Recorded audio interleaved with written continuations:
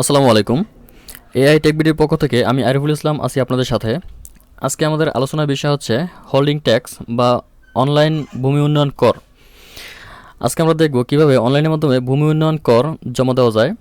তার আগে আপনি যদি আমার চ্যানেলে নতুন হয়ে থাকেন তাহলে চ্যানেলটি অবশ্যই সাবস্ক্রাইব করুন, এবং যারা অলরেডি সাবস্ক্রাইব করেছেন তাদেরকে জানাই অসংখ্য ধন্যবাদ। আমরা যদি অনলাইনের মাধ্যমে ভূমি উন্নয়ন কর বা অনলাইন ভূমি উন্নয়ন কর পেমেন্ট করতে চাই তাহলে আমাদের সর্বপ্রথম গুগলে আসতে হবে। গুগলে আসার পরে এখান থেকে আমাদের সার্চ করতে হবে, লিখতে হবে ল্যান্ড। ল্যান্ড লিখে সার্চ করার পরে দেখতে পাচ্ছেন এরকম একটি ইন্টারফেস, এরকম একটি স্ক্রিন আমাদের আসবে। আসার পরে এখানে হোম, ভূমি মন্ত্রণালয় হোম, এখানে ক্লিক করতে হবে। ওকে, এখানে ক্লিক করার পরে দেখতে পাচ্ছেন এরকম একটি পেজ আসবে। আসার পরে এখান থেকে দেখতে পাচ্ছেন ভূমি উন্নয়ন কর, সেকেন্ড 2 নম্বর যে অপশনটি আছে ভূমি উন্নয়ন কর, এখানে আমাদের ক্লিক করতে হবে। ওকে, ভূমি উন্নয়ন করে ক্লিক করার পরে এরকম একটি পেজ আসবে। আসার পরে এখান থেকে দেখতে পাচ্ছেন পেমেন্ট, সরাসরি জাতীয় পরিচয়পত্র ব্যবহার করে পেমেন্ট করা যায়। অর্থাৎ আপনি এখান থেকে সরাসরি জাতীয় পরিচয়পত্র ব্যবহার করে ভূমি উন্নয়ন কর পরিশোধ করতে পারেন। তো এক্ষেত্রে আমাদের এই পেমেন্টে ক্লিক করতে হবে। ওকে, পেমেন্টে ক্লিক করার পরে দেখতে পাচ্ছেন অনলাইন ভূমি উন্নয়ন কর, এখানে আমরা দেখতে পাচ্ছি অনলাইন ভূমি উন্নয়ন কর। এখান থেকে আমাদের বিভাগ, জেলা, উপজেলা, মৌজা এবং হোল্ডিং নং এগুলো সিলেক্ট করতে হবে। ওকে, আমরা সব অপশনগুলো এখান থেকে সিলেক্ট করি। প্রথমে বিভাগ, পরে হচ্ছে জেলা। আমি আমার অনুযায়ী আমি সিলেক্ট করে যাচ্ছি, আপনারা আপনাদের অনুযায়ী আপনারা সিলেক্ট করে দিবেন। ওকে, এখানে আপনি মৌজা সিলেক্ট করবেন। আপনি যে মৌজা থেকে পেমেন্ট করতে চাচ্ছেন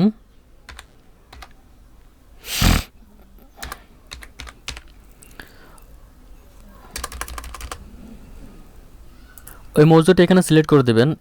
এবার আমরা আসি হোল্ডিং নং। এখানে আপনি যে হোল্ডিংয়ের আপনি ট্যাক্স পেমেন্ট করবেন, যে হোল্ডিংয়ের আপনি কর পেমেন্ট করবেন, ওই হোল্ডিংটি এখানে সিলেক্ট করতে হবে। এখন এখানে বিষয় হচ্ছে আপনি এই হোল্ডিং নম্বরটি কোথায় পাবেন। আপনি যদি হোল্ডিং নম্বরটি পেতে চান তাহলে আপনি আগে ম্যানুয়ালিভাবে যেরকম আপনি হোল্ডিং ট্যাক্স দিয়েছেন, ভূমি উন্নয়ন কর পরিশোধ করেছেন বা দাখিলা কেটেছেন, অনেকে দাখিলে বলি আবার, ওই পুরান ট্যাক্স হোল্ডিং ট্যাক্স ওই কাগজটি, ওই রসিদটি আপনারা ফলো করতে পারেন। আমি এখানে একটু ক্লিয়ার করে দেখাই। আপনি যখন পূর্বে ম্যানুয়ালিভাবে যে ট্যাক্স ভূমি উন্নয়ন কর পরিশোধ করেছেন এরকম একটি রসিদ দিয়েছে আপনাকে। এই রসিদে আপনি দেখতে পাচ্ছেন রেজিস্টার্ড অনুযায়ী হোল্ডিং নম্বর ও ঠিকানা, এই যে অপশনটি আছে রেজিস্টার্ড অনুযায়ী হোল্ডিং নম্বর ও ঠিকানা, এখানে কিন্তু আমার হোল্ডিং নম্বর নেই। আপনাদের হয়তো বা এই সমস্ত রসিদে হোল্ডিং নাম্বার থাকতে পারে, আপনারা ওই হোল্ডিং নাম্বার ব্যবহার করে আপনারা কর পরিশোধ করতে পারেন। কিন্তু আমার এখানে দেখতে পাচ্ছি কোনো হোল্ডিং নম্বর নেই। এক্ষেত্রে একটু কষ্ট করতে হবে।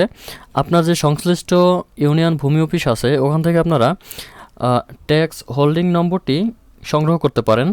হোল্ডিং নম্বর সংগ্রহ করে ওই হোল্ডিং ব্যবহার করে আপনারা ট্যাক্স দিতে পারেন।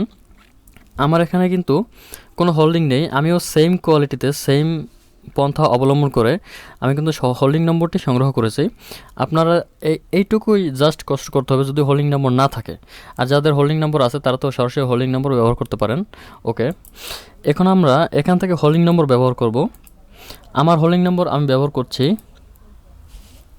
আপনারা দেখতে পাচ্ছেন এখানে হোল্ডিং নম্বর ব্যবহার করার পরে সর্বশেষ কর পরিশোধের সাল, এখানে কিন্তু আমার শো করছে সর্বশেষ কর পরিশোধের সাল, হোল্ডিং নম্বর এবং মালিকের নাম এখানে শো করবে। এখানে একটি এনআইডি ভেরিফাই করতে হবে। আপনি যে এনআইডি একটি কথা বলা আছে যে সরাসরি জাতীয় পরিচয়পত্র ব্যবহার করে আপনি হোল্ডিং নম্বর সরাসরি জাতীয় পরিচয়পত্র ব্যবহার করে অনলাইন ভূমি উন্নয়ন কর পরিশোধ করতে পারেন। তো এখানে একটি এনআইডি ভেরিফাই করতে হবে আমার, আপনারা আপনাদের এনআইডি ভেরিফাই করে দিবেন। ওকে, এখানে এনআইডি ভেরিফাই করার জন্য আমাদের একটি পেজ আসছে।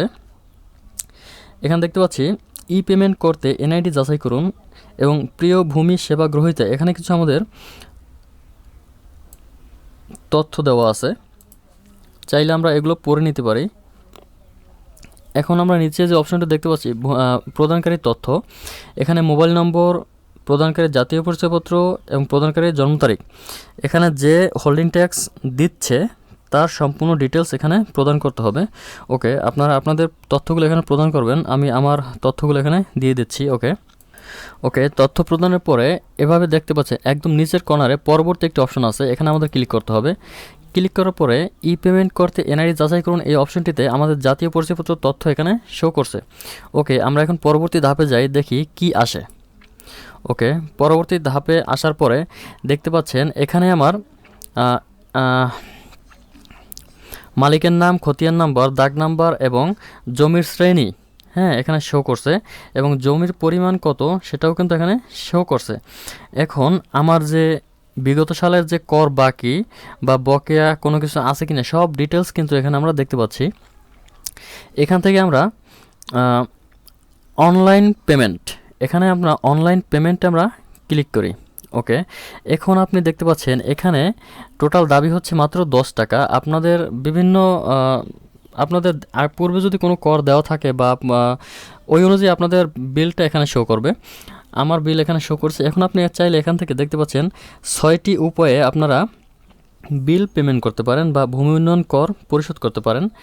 এখানে দেখতে পাচ্ছেন বিকাশ, উপায়, এক পে, এখানে 6টি অপশন আছে, এখান থেকে আপনারা পেমেন্ট করতে পারেন।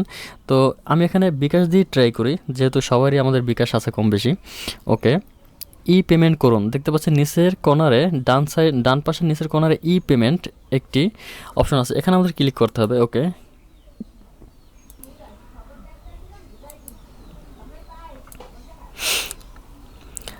দেখতে পাচ্ছেন এখানে আমরা দেখতে পাচ্ছি বিকাশের একটি অনলাইন পেমেন্ট সিস্টেম আমার স্ক্রিনে আসছে।